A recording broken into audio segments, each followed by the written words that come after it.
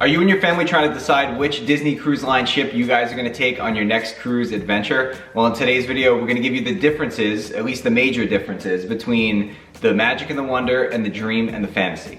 Now, the most obvious difference between the Dream and the Fantasy and the Wonder and the Magic are the size. Yeah. So the Dream and the Fantasy are a lot bigger. They hold a lot more people. They're longer, they're wider. They're just overall bigger ships. And coming with that is also the crowd level. So the Dream and the Fantasy hold a lot more people, meaning there's gonna be a lot more crowds. Yeah, and the crowds are like relative to the size of the ship, but if you're going maybe on your first cruise and you don't want to necessarily be with like a ton of people, the Magic and the Wonder might be a good place to start. It is a smaller ship, so by nature, there are less people on the ship, and it kind of gives you a little bit more of like a cozy feeling as opposed to the Dream or the Fantasy, which are, a lot bigger and obviously carry more people. And another point to make about the capacity is the difference in feel when you go to Castaway Cay. When you're on the Magic and the Wonder, there's less people on the ship, which means less people are getting off the ship when you go to Castaway Cay, as well as your other ports of call. But if you're looking for a little bit quieter of a Castaway Cay experience, the Magic and the Wonder will definitely give you that over the Dream and the Fantasy. So another difference between the larger ships and the smaller ships is the Dream and the Fantasy have the aqueduct, which is so much fun. It's the big water slide on the ships, the first thing that you basically see when you see the ships. It's the clear tube that goes out over the ocean. It's so much fun. Yeah. The Magic has the Aqua Dunk, which is a little bit different. I think you stand there and the floor opens out underneath you, which we're really excited to try one day when we go on the Magic. Yeah. But the Wonder doesn't have any of those slides. They have something different. It's just like a yellow slide. I think both kids and adults can go on it, but they don't have any of like the major slides, say as like the Aqua Dunk and the Aqua Duck. Yeah. So that's something to keep in mind if you're really looking forward to doing one of those big water slides.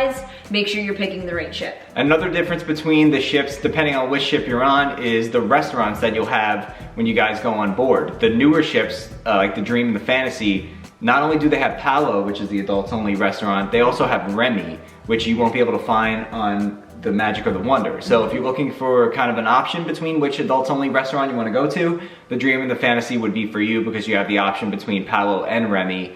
If you're just looking for Palo, that's on the Magic and the Wonder, and that'll be your only option as far as adults only restaurants. Another difference in restaurants is Animator's Palette. On the Dream and the Fantasy, the layout is different than it is on the Magic and the Wonder.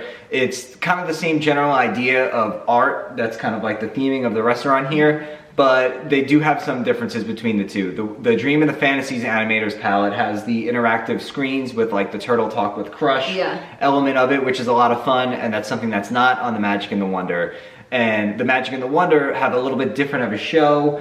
They actually have Sorcerer Mickey come out, and he's kind of, it's not a meet and greet, but he kind of comes around and walks through each of the tables.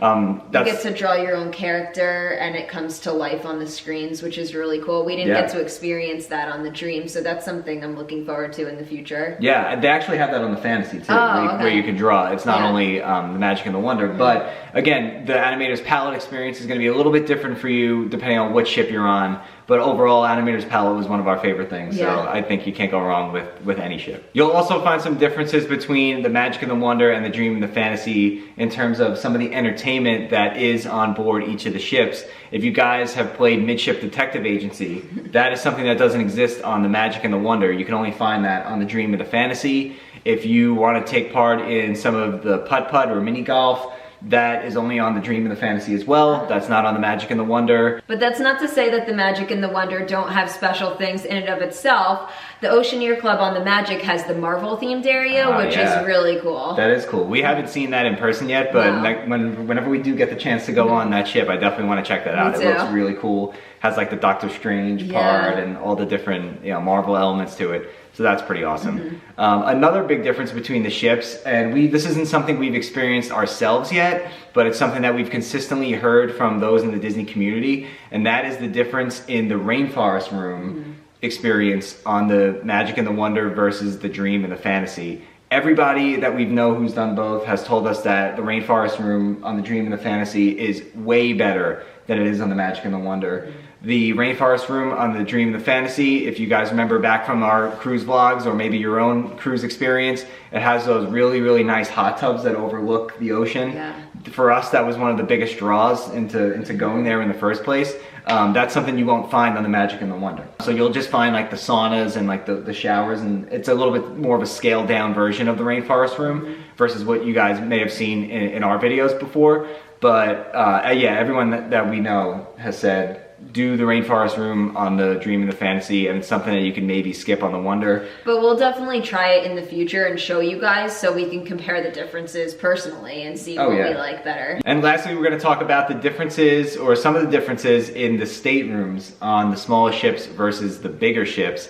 From what we've read, the biggest takeaway seems to be that the inside staterooms on the Dream and the Fantasy, the newer ships, have that virtual porthole on the inside rooms where you guys could look out and maybe see some of your favorite Disney characters glide across the screen. I think that's a really cute touch, especially for people that seem claustrophobic in an inside stateroom where they can't see out. The virtual porthole is really cool. It, like Matt said, it shows the different Disney characters. It kind of shows like a fake ocean going by, so it kind of makes you feel like you really do have a porthole. Yeah, and we stayed in a veranda at our last cruise, and I love that, and if we could do that every time, that's probably what we're gonna do. But the inside stateroom with that virtual porthole kind of seems cool. Like I want to experience that one day. And that's also a good option for people that do want to save a little bit of money. Those staterooms are less expensive than the veranda ones. And just something to call out too, if you maybe have some little kids and you guys watch TV in the room at night, or if you're big kids and you just want to enjoy some Disney movies while you relax, the Wonder is the only ship that doesn't have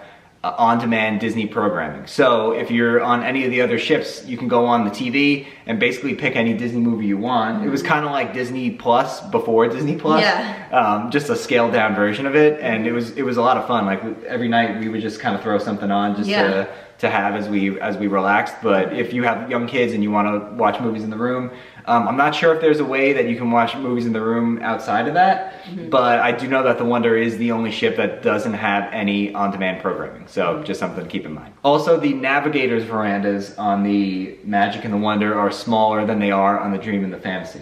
It seems like the Navigator veranda is kind of like an enclosed area. It has a little bit of a hole so that you get some of that fresh air or whatever, but it's not as expansive and open as the ones on the Dream and the Fantasy. I actually just had a client that went on a Disney cruise with a Navigator veranda, and she has a 6-year-old daughter, and she actually really loved it.